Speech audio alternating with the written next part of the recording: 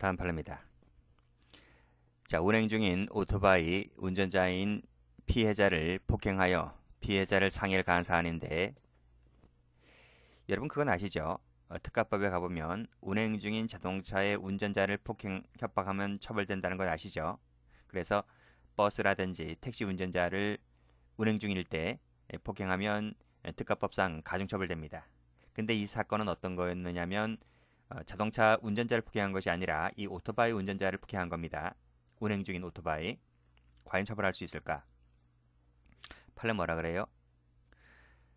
자, 법조문에는 자동차만 규정하고 있다는 것입니다. 자동차 또는 오토바이 이렇게 규정되어 있지 않습니다. 그래서 어떻게 자동차와 오토바이를 동일시할 수 있느냐? 처벌하고 싶으면 자동차를 오토바이를 처벌하는 규정을 갖고 왔으면 모를까?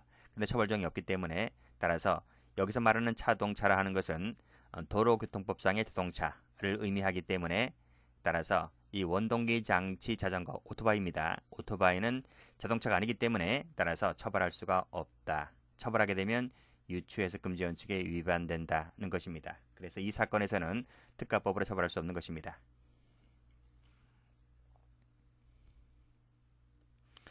자, 다음 판례. 집시법에 이 미신고 5개 집회 및 시위를 했습니다. 즉 5개 집회 또는 시위를 했는데 신고 없이 했다는 거죠. 자, 미신고했다 하여 해산을 명하고, 근데요, 미신고했다는 것만으로 경찰이 해산을 명할 수 있나요? 당연히 이 집회 시위자들은 이에 불응한 거죠.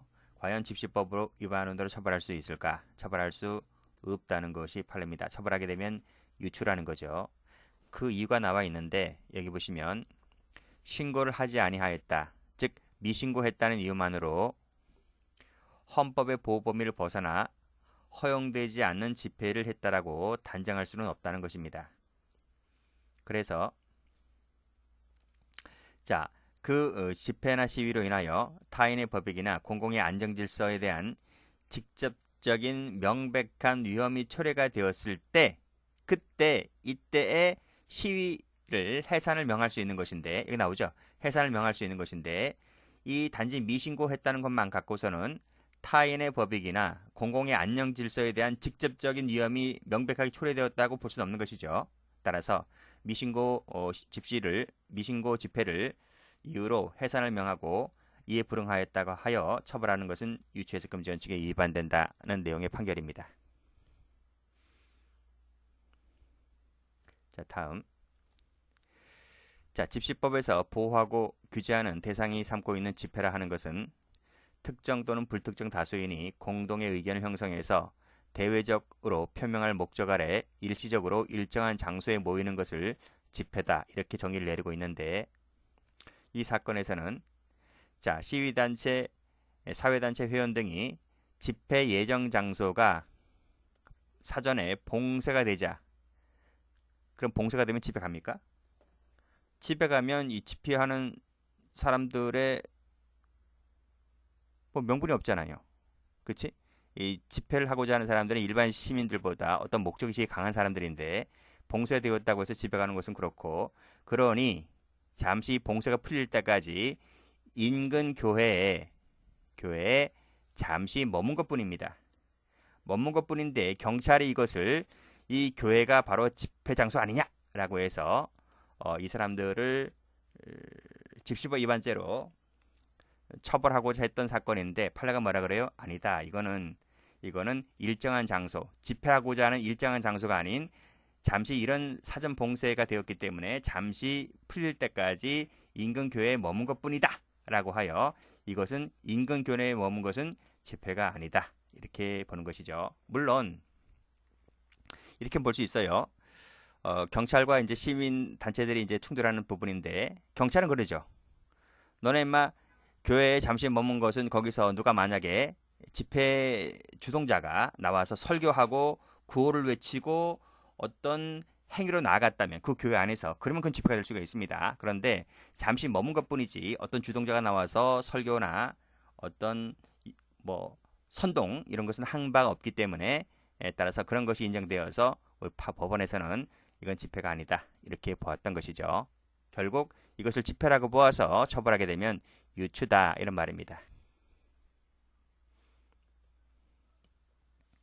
자, 다음 관할 경찰서가 집회 또는 시위가 개최될 것이라는 사정을 알고 있었어요.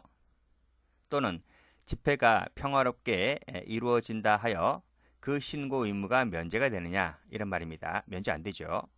경찰이 알고 있었다. 또 집회 시위가 평화롭게 한다 할지라도 미리 집회를 하려면요. 사전 선고가 행해져야 됩니다. 그래서 알고 있었다. 평화라는 것이 신고 의무를 면제하는 면제사유가 되지는 못합니다. 자, 그래서 밑에 보시면 경찰이 알고 있었다. 그리고 평화롭게 이루어진다 하여 면제라고는 볼 수가 없다. 그렇죠? 면제된다고 보게 되면 유추해석 금지 원칙에 위반됩니다.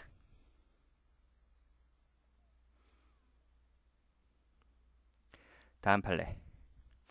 조세범 처벌법에 보면 원천징수란 말이 있고 지방세법에 보면 특별징수란 말이 있는데 이 양자의 개념은 구별되죠.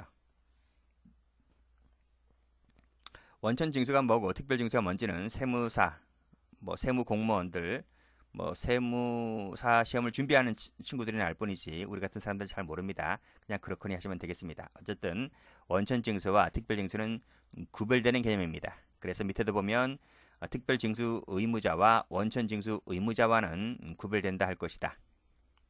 이렇게 정의를 내리고 있죠. 자, 그래서 지방세법상의 일괄적 준용 규정만으로 원천징수 의무자에 대한 처벌 규정인 조세범 처벌법 제11조를 지방세법 도축세인 특별징수 의무자에 대하여 그대로 적용하면 된다 안 된다? 그대로 적용하면 안 된다는 얘기죠. 왜? 구별되어 있기 때문에. 그래서 이 말이 비슷하다 하여 원천징수 의무자 규정을 특별징수 의무자로 처벌하게 되는 것은 유추해석 금지 원칙에 위반된다는 내용의 판결입니다. 자, 다음 판례. 향토 예비군 설치법. 예비군 아저씨입니다. 자, 예비군 아저씨 군대 갔다 오신 분들 다 아실 텐데 예비군 아저씨한테는 이제 훈련 소집 통지서가 날라오잖아요. 그 통지서가 날라오는데 그 통지서 수령 의무자가 누굽니까? 수령 의무자. 당연히 예비군 아저씨 본인이죠. 이 본인이 수령해야 할 의무를 갖고 있는 사람입니다. 그런데 배달부가 왔어요. 우체국 아저씨가 왔는데 그 사람이 부재 중입니다. 부재 중이면 그냥 갑니까? 그냥 가냐고. 바빠 죽겠는데. 그렇잖아요. 그래서 그 집에 세대주가 있거나 가족 중에 성년이 있거나 아니면 직장에 찾아가서 직장에 가면 고용주가 있거나 하면 그 사람들에게 대신 전달해 주면 되는 거죠. 주고 대신 그 사람에게 전달해 주세요. 이 사람들도 받아보면 전달해 주겠다는 걸 다 압니다. 그렇죠? 이렇게 해석되고 있습니다. 그래서 그 같은 법 6조 2 제2항에 그와 동일 세대 내에 요 세대주나 가족 중 성년자 또는 고용주 이 사람을 수령 의무자로 보면 안 되지. 그렇죠? 수령 의무자는 누구밖에 없는데 수령 의무자는 본인밖에 없어요. 예비군 아저씨요. 예비군 아저씨가 수령 의무자고 세대주, 가족 중 성년자, 고용주는 전달 의무자입니다. 전달 의무자. 그래서 수령 의무자와 전달 의무자는 구별되는 것이기 때문에 이걸 같다고 보아 이 사람들을 수령 의무자로 보게 되면 유추해석, 확장 해석이 되는 거죠. 자, 다음 판례입니다. 자, 국가공무원법상 모든 공무원에 대하여는 집단행위를 금지하고 있는데요. 이 처벌 조항은 경력직 공무원에 대해서만 적용됩니다. 따라서 이 특수경력직은 여기에 포함되지 않는다는 거죠. 즉 특수경력직은 경력직에 포함되지 아니하기 때문에 이 법을 적용할 수는 없다. 적용하게 되면 유추해석 금지 원칙에 위반된다. 이렇게 보시면 되겠습니다. 자, 그 밑에 가축 분뇨의 관리 및 이용에 관한 법률에 보면 자, 이렇게 처벌하고 있는데 여기서 이 법 규정에 의한 신고 대상자는 누구냐면 이 일정 규모 이상의 배출 시설을 설치하고자 하는 자가 그 신고 대상자가 됩니다. 즉 우리 가축 있잖아요. 가축. 대표적인 것이 소하고 돼지잖아요. 그 대량으로 기르잖아요. 수십 마리, 적게는 수십 마리, 많게는 몇백 마리 이렇게 이상을 이제 축사해서 기르는데, 축사나 돈사해서 기르는데, 그 돼지와 소가 하루에 먹고 싸는 그 분뇨가 엄청납니다. 엄청나요. 그러니까 그런 시설을, 그런 일정 규모 이상의 배출 시설을 이제 설치하고자 하는 자가 바로 신고 대상이 되는 것인데, 그 신고를 하지 아니하면 이 법 위반죄로 처벌되는 것이다, 이런 얘기입니다. 그런데요, 이거는 뭐뭐 하고자 하는 자잖아요. 앞으로 너가 돼지나 소를 기르고자 하면 당연히 축사나 돈사를 지어야 할 텐데, 그 지을 때의 배출 시설도 같이 이제 설치를 해야 됩니다. 그러니까 앞으로 하고자 하는 자에게 신고 의무를 부여하고 있는 것이기 때문에, 그런데 이 법이 만들어지기 전에 이미 배출 시설을 만들어 놓은 사람은 신고 대상이 아니죠. 그렇죠? 신고 대상이 아니에요.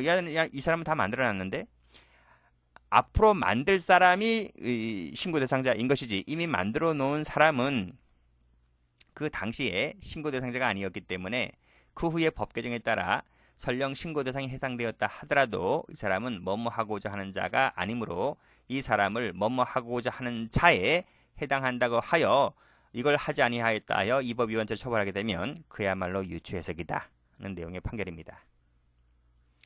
자, 그 밑에도 비슷하죠.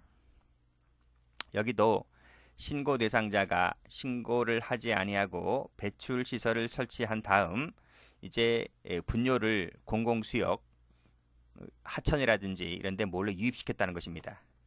자, 그런 사건이었었는데, 이 사람이 설치를 할 당시에는 신고 대상 시설이 아니었다는 거죠. 아니었기 때문에 나중에 법 개정에 따라서 설령 신고 대상에 해당되었다 손치더라도 이 사람은 그 당시에는 아니었기 때문에, 이 사건 위에 있는 사건처럼 똑같이 왜 아니었어요? 과거에 다 설치를 해놨기 때문에. 그래서 당시의 대상이 아니었던 자는 설령 후에 개정이 되어서 해당되었다 할지라도 여기에 포함되지가 아니 된다. 포함시켜버리면 유추다는 내용의 판결입니다.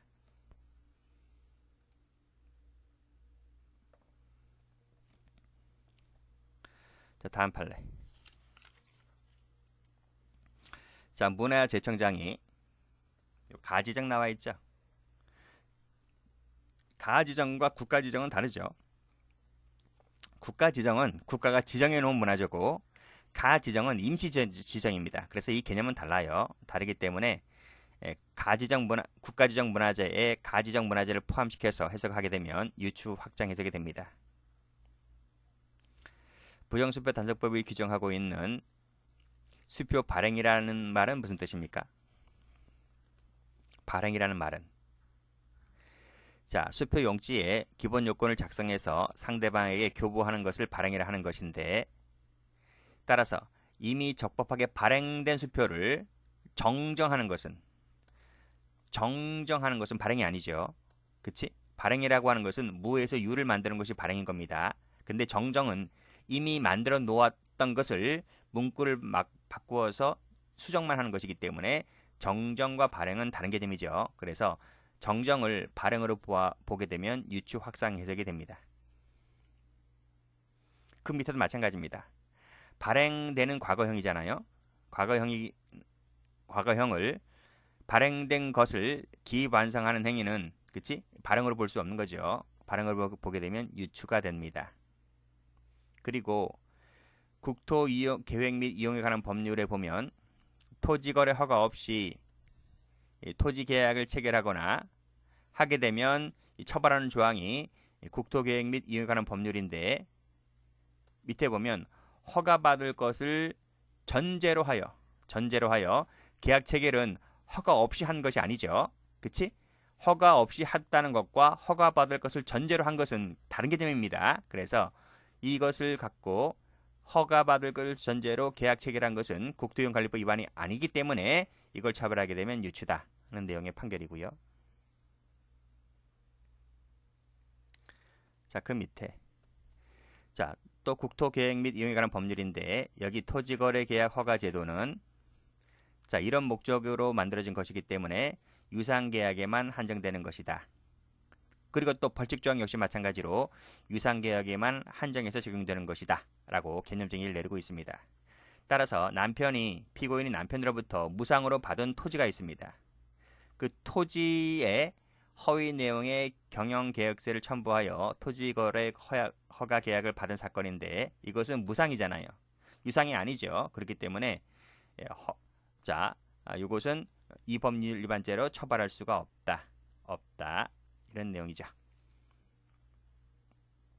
자, 그 밑에도 같은 법이 적용되기 위하여는 그 물건에 관한 등기가 명의신탁 약정에 따라 수탁자 명의로 행해졌을 때를 말하는 것인데, 따라서 그 부동산 물건에 관한 등기가 이루어졌다 하더라도 만약 그 약정에 의한 것이 아니라거나 수탁자 명의로 행해진 것이 아니라면, 그치? 여기 약정에 의한 것이 아니라거나 수탁자 명의로 행해진 것이 아니라면 결국 이 법률을 적용할 수 없는 것이죠. 이 법률을 적용하려면 신탁 약정이 있어야 되고 수탁자 명의로 행해져야 되는 것인데 그게 아니거나 아니라면 이 법을 적용할 수 없는 것입니다. 이렇게 개념 내리고 있습니다. 따라서 소유자인 갑으로부터 부동산을 명의신탁해 달라는 부탁을 받은 피고인이 을 몰래 을 명의로 그랬습니다. 그 말은 약정이 아니고 수탁자 명의로 행해진 것이 아니기 때문에 따라서 위 부동산에 관해서 등기를 이전했다 할지라도 이것은 위 법률을 적용할 수가 없기 때문에 따라서 위반죄가 되지를 않는다. 위반죄가 되면 유추해석이다. 는 것입니다. 다음 판례입니다. 화물자동차 운수사업법에 의하면 부정한 방법으로 허가를 받고 사업을 경영한 자라는 문구가 있는데 여기서 부정한 방법으로 허가를 받고 사업을 경영하는 자란 허가를 취득하는 과정에서 그런 행위를 했을 때를 처벌한다 이렇게 해석하고 있는 것이죠. 따라서 이미 허가를 받은 자는 허가를 취득하는 과정에서 한 자가 아니죠. 따라서 이미 허가를 받은 사업자가 그런 행위를 했다 하더라도 이는 허가를 취득하는 과정에서 한 바가 아니기 때문에 이 법 위반죄를 적용할 수가 없다. 이렇게 해석해야 됩니다. 만약 위반죄가 되면 유추해석이 되는 거죠. 전통사찰보존법에 의하면 사찰 주지가 문체부 장관의 허가를 받지 아니하고 대통령령이 정하는 부동산을 양도했을 때를 처벌하고 있는 것인데 여기서 대통령령이 정하는 부동산이란 사찰 소유 부동산만을 말한다. 이렇게 해석하고 있습니다. 그런데 이 사건에서는 사찰 소유가 아닌 그 대표단체의 소유였다는 것이죠. 대표단체의 소유와 사찰 소유는 구별되는 것이기 때문에 따라서 이 문구에는 대표단체 소유가 없죠. 그렇기 때문에 죄형법정지 원칙상 대표단체의 소유를 사찰로 소유로 보아서 처벌하게 되면 그야말로 유추해석 금지 원칙에 위반된다. 이렇게 봐야 되겠죠. 우리 판례 역시 마찬가지로 마지막 줄 보시면 사찰 소유권만을 의미한다. 이렇게 해석하고 있습니다. 다음 판례. 정보통신망 이용 촉진 및 정보 보호에 관한 법률에 보면 정보통신망을 이용해서 불안감 등을 조성하는 행위를 반복적으로 했을 때 처벌하고 있는 것인데 이 법조문이 적용되려면 반복성이 요건입니다. 그래서 반복적인 행위가 있을 때 처벌하는 것인데 따라서 일회성이었다면 단발성이었다면 아무리 그것이 불안감 등을 조성했다 할지라도 이 법률 위반죄는 되지 않는 것이죠. 그럼 무슨 죄가 됩니까? 협박죄, 형법상 협박죄는 될 수 있을지 몰라도 정보통신망에 따른 이 법 위반죄는 되지 않는 것입니다. 그래서 마지막 줄도 이 법으로는 처벌할 수가 없다. 이렇게 보고 있죠. 꺽쇠 2번 채무자가 채무 관계로 인한 분쟁 중에 채권자 휴대전화기에 7개월 동안 3번에 걸쳐서 협박성 문자를 보냈습니다. 이것은 반복적으로 행했다고 볼 수는 없겠죠. 그래서 이 법률 위반죄로 처벌할 수가 없다. 그 밑에 판례도 거의 비슷합니다. 역시 메시지를 7번 보냈고 전화를 2번 걸었다고 하여 공포심이나 불안감을 유발하는 문자, 음향을 보낸 것인데 역시 마찬가지로 반복성이 결여되었다고 봤어요. 그 밑에도 투자금 반환 관련해서 지속적인 변제 독촉을 받아오던 갑이 핸드폰으로 하루 간격으로 2번씩 문자를 보냈습니다. 많이 보는 거 아니죠. 남자 여자가 사귀어서 헤어졌을 때 스토킹하는 남자 여자가 있잖아요. 하루에 수십 번 수백 번 보냅니다. 그 정도가 반복성인 것이지 하루 간격으로 2번 보는 것만 갖고서는 반복성이 약간 떨어집니다. 그래서 이 법률 위반죄로 처벌할 수가 없다는 것이죠. 다음 판례. 자, 전화기 벨소리는 음향이 아니죠. 그래서 이걸 음향으로 보아서 위법률 위반죄로 처벌할 수는 없다는 것입니다.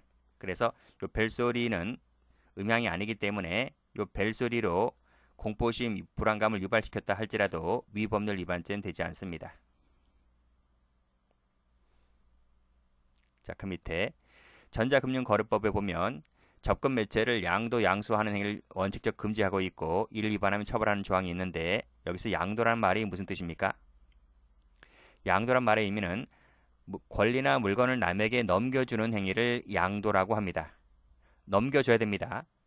뭐 권리를 넘겨주든 물건을 넘겨주든 소유권을 넘겨주든 넘겨줘야 되는 것입니다. 그러나 그것이 아닌 빌려주거나 일시 사용에 그쳤다면 이것은 넘겨주는 것이 아니기 때문에 양도라고 볼 수 없는 것이겠죠. 그래서 양도가 아니기 때문에 위법률 위반죄가 되지는 않는다. 이런 얘기입니다. 자, 그 밑에 똑같아요. 양수라고 하는 것은 소유권이나 처분권을 넘기는 것을 말하는 것인데 그것이 아닌 대여받거나 일시적 사용을 위한 위임에 그쳤다면 양수가 아닙니다. 양수로 보면 유추가 됩니다. 자, 그 밑에 판례는 우리 법인 편에서 봤는데 개인정보보호법의 양벌 규정상의 법인에 과연 공공기관이 포함될 수가 있느냐? 없다는 것입니다. 양벌 규정이라고 하는 것은 피고인에게 불리한 조항입니다. 불리한 조항은 반드시 죄형법정주의 원칙상 명문 규정이 있어야 함에도 불구하고 명문 규정이 없는 것을 처벌할 수 없는 것이겠죠. 그래서 이 개인정보보호법을 보니까 양벌 규정에 따라 처벌되는 것은 법인 또는 개인만 이렇게 규정하고 있을 뿐입니다. 여기서 법인을 규정해 놓고 있다는 것이죠. 그런데 이 법조문에는 법인과 개인만 처벌하고 있지 법인격 없는 공공기관은 처벌 조항이 없다는 것입니다. 그래서 명문 조항이 없기 때문에 처벌할 수는 없는 것이고 거기에 근무하는 행위자 역시 그 경우 행위자 역시 이 법률 위반죄로 처벌할 수가 없는 것인데 우리 법인론을 배웠기 때문에요. 여기서 법인격 없는 공공기관은 어디를 말합니까? 경찰청을 말하죠. 그리고 여기에 근무하는 행위자는 누굽니까? 경찰 공무원이죠. 처벌할 수 없다. 이렇게 보시면 되겠습니다. 자, 그 밑에 판례.